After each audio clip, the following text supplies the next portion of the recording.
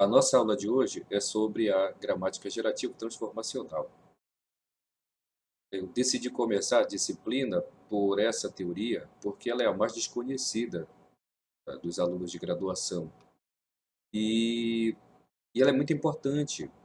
É uma teoria que foi proposta no final da década de 50 para 60 pelo linguista americano Noam Chomsky.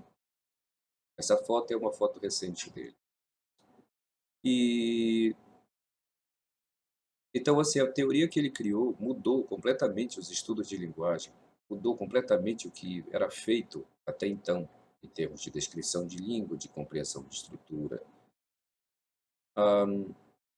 Então, por isso, a gente vai começar por essa teoria, e procurar entender como ela é, a estrutura, as regras e tudo mais, e depois a gente compara com o que a gente sabe de gramática tradicional e com o que a gente sabe de funcionalismo, que a gente ainda vai ver aqui na disciplina,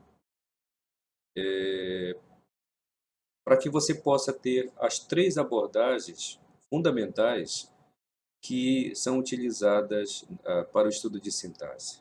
Existem várias teorias para estudar sintaxe, mas a gente pode reduzir basicamente a três, que são a gramática tradicional, o funcionalismo e a gramática gerativo-transformacional.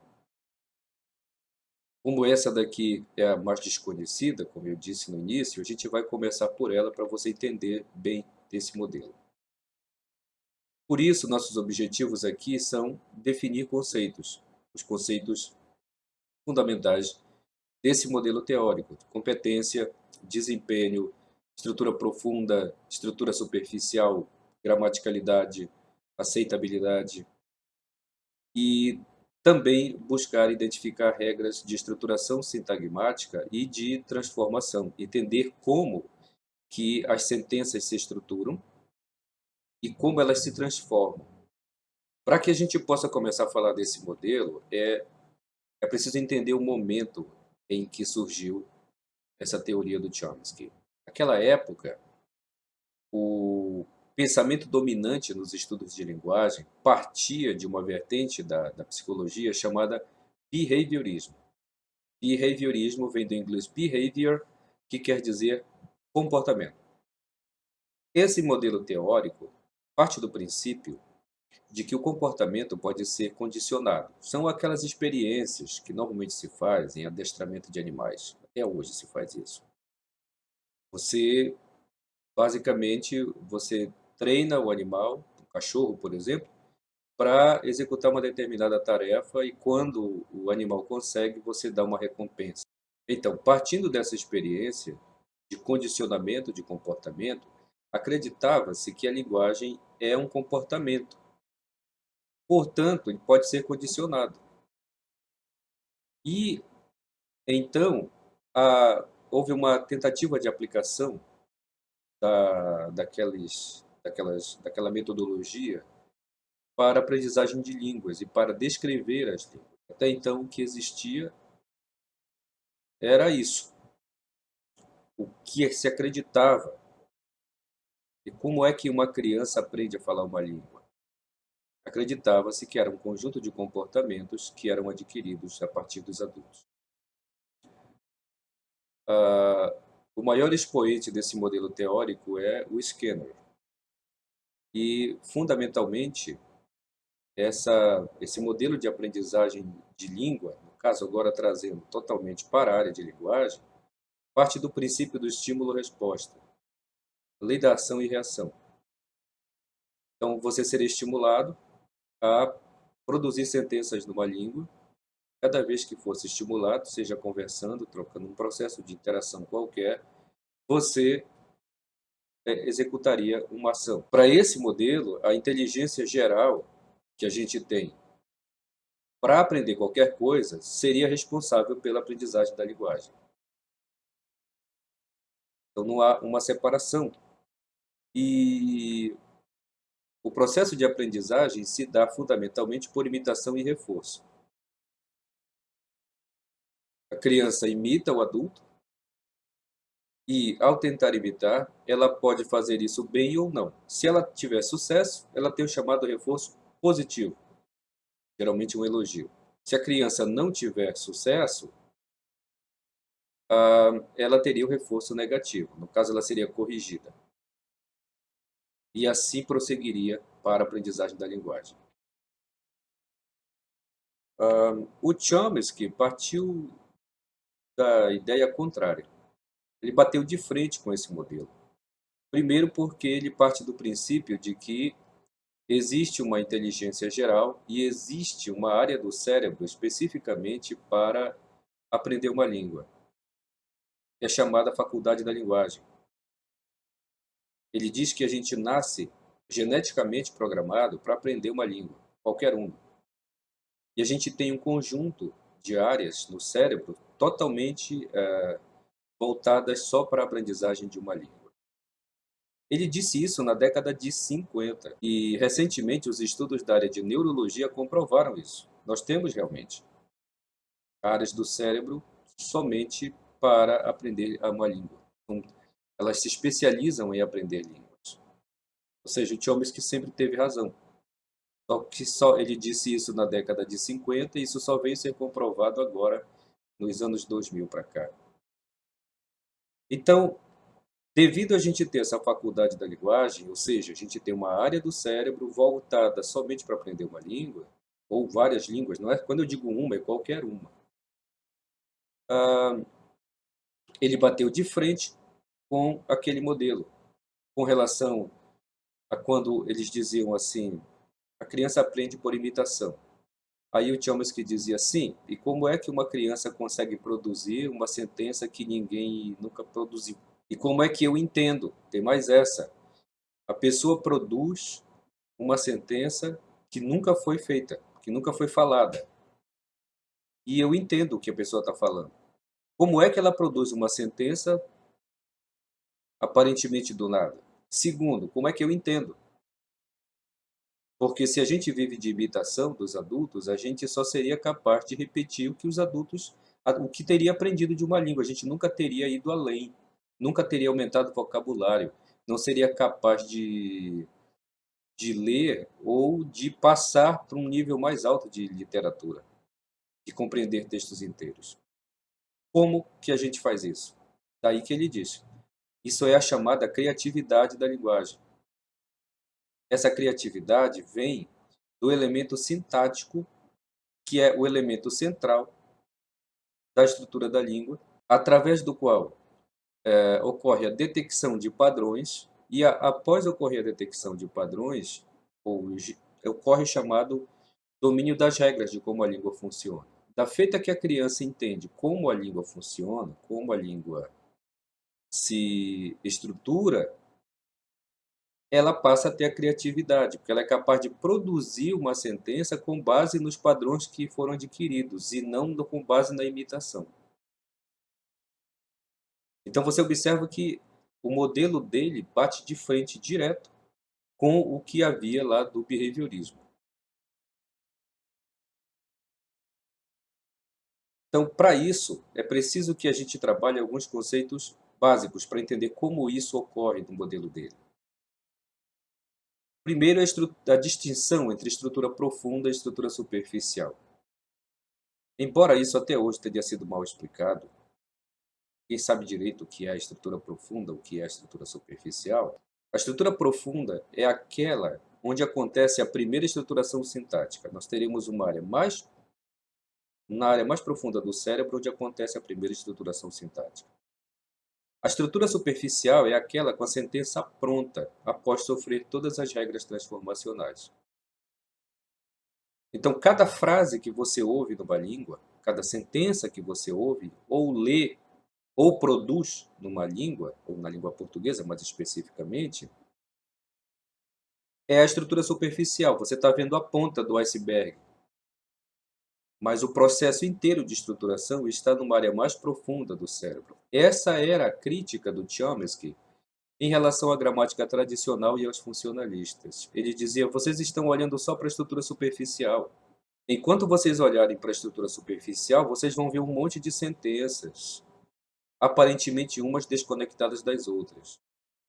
Quando vocês olharem para a estrutura profunda, vocês vão perceber que tem algo mais aí e que elas não são diferentes em termos de padrão, elas são a mesma coisa.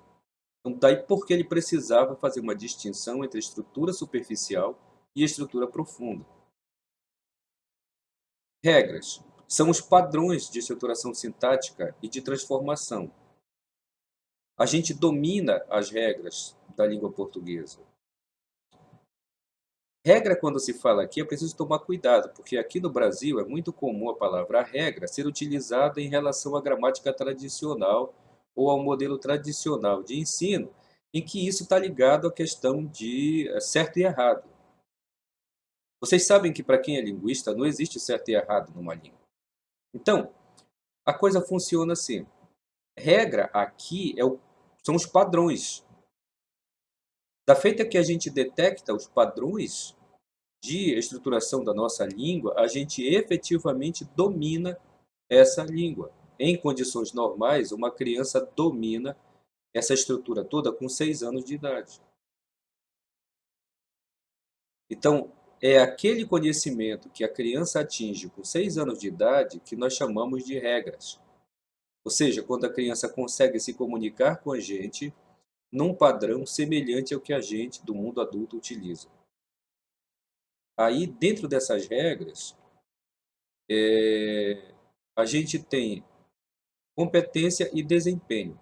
Competência é o conhecimento que você tem das regras da sua língua.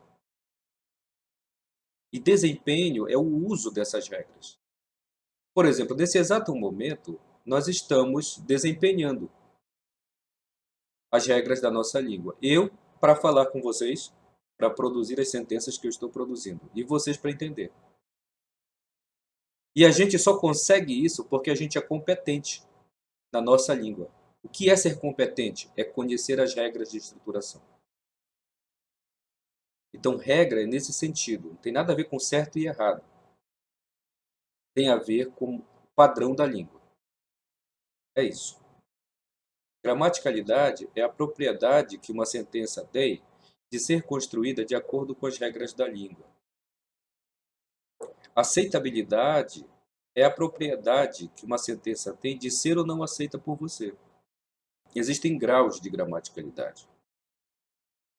Você pode ter uma sentença completamente gramatical, uma sentença parcialmente gramatical e uma sentença completamente fora do padrão da gramática seria uma sentença agramatical.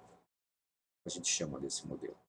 O que é um exemplo de sentença gramatical? Sei lá, o menino viu a bola, eu comprei pão hoje, esse tipo de coisa. Não importa em que nível sociolinguístico você está falando. O que é uma sentença parcialmente gramatical? São aquelas produzidas por crianças de 3 anos, de 4 anos e por pessoas que não são falantes nativos de português quando estão no processo de aprendizagem. Por exemplo, quando a minha filha diz eu quero a minha vestida, minha filha de 4 anos diz eu quero a minha vestida, ela está produzindo uma sentença parcialmente gramatical. Porque a gente é falante nativo de português e sabe que vestido é masculino, então ela deveria dizer eu quero o meu vestido. Mas ela diz eu quero a minha vestida. Ou seja, você percebe que é uma frase de português, mas um pedacinho dela não está ainda de acordo com o padrão. Isso é uma sentença parcialmente gramatical. Ou quando um americano fala você pode fechar o porta. De novo, você percebe que é uma sentença parcialmente gramatical. O que seria uma sentença completamente fora do padrão? Seria você dizer o muro o carro bateu no. Não entendeu, né? O muro bateu no carro? Pode até ser, embora no mundo real isso não exista. O muro não se move para bater num carro. Mas o padrão é o carro bateu no muro. Só que se eu falar o muro o carro bateu no, isso está completamente fora do padrão da língua. Embora os vocábulos estejam todos lá, embora as concordâncias estejam todas lá, está tudo certinho, Isso não faz o menor sentido, porque está fora da ordem. Então, esse é um exemplo de uma sentença completamente fora do padrão. É um exemplo de uma sentença não gramatical, de uma sentença agramatical. Mesmo que uma sentença seja gramatical, ah, você pode não aceitar, ou pode aceitar. Quer dizer, ah, às vezes você pode não aceitar uma sentença porque ela é longa demais, a pessoa fala coisas encaixando umas nas outras. Quando a pessoa diz assim, hoje eu vi o carro que o marido da minha irmã, que é funcionária lá da loja do meu amigo que comprou uma lancha sábado passado, em que ele estava lá naquela praia, em que, sabe, começa a ser tanto que, e você não sabe o que a pessoa quer dizer, porque ela foi cortando o caminho e você não sabe mais do que a pessoa quer falar. Todas as sentenças são gramaticais. Está tudo de acordo com o padrão da língua, mas você começa a ficar, hã? Não, peraí, para. Quem fez o quê? Para quem? Não entendi mais nada. Peraí, começa do início, volta para o início e me diz aí, quem fez o quê? Percebe? Você não aceita. Você não aceita, porque a pessoa vai enxertando ali. Parece que é uma coisa que não acaba nunca. Agora, embora todas as sentenças sejam gramaticais. Agora, você pode ter uma sentença parcialmente gramatical que você aceita. Aquele exemplo da criança que eu dei é um caso de sentença parcialmente gramatical que é aceitável. A gente entende, é uma criança. Ou um falante não nativo. A gente entende, é uma pessoa que está aprendendo português. Ou seja, a gramaticalidade de uma sentença, o grau de gramaticalidade, é o grau de adequação às regras da língua. A questão da aceitabilidade é outro departamento. Um não tem nada a ver com o outro. É por isso que nesse modelo, e em toda a área de linguística, a gente não trabalha com a noção de certo e errado em língua nenhuma. E não existe isso. Não existe. O que existe é algo que está completamente adequado ao padrão da língua, e quem determina o padrão da língua são os usuários da língua. Ou está parcialmente adequado, ou não está nada. Se não estiver adequado ao padrão da língua, se for uma sentença agramatical, ela automaticamente é inaceitável. Se não estiver de acordo com o padrão da língua, da regra de estruturação da língua, é uma sentença não gramatical, é uma sentença agramatical. Então, o que você tem é isso, graus de gramaticalidade e a questão da aceitabilidade, de aceitar ou não uma sentença que é produzida pelo outro. A gente precisa identificar a terminologia que é utilizada por ela. Isso foi traduzido para português. Então, em português, você tem símbolos. Aliás, não é em português, a teoria trabalha com símbolos. É uma teoria matemática da linguagem. Então, nós temos o sintagma oracional, que é simbolizado pela letra O, o sintagma nominal, que é simbolizado por SN, o sintagma verbal, que é simbolizado por SV, temos o sintagma preposicionado, que é simbolizado por SP, e um sintagma adjetival, que é representado por SA. Isso daqui é algo que você tem que treinar, para entender como ele funciona, que é o que a gente vai fazer aqui.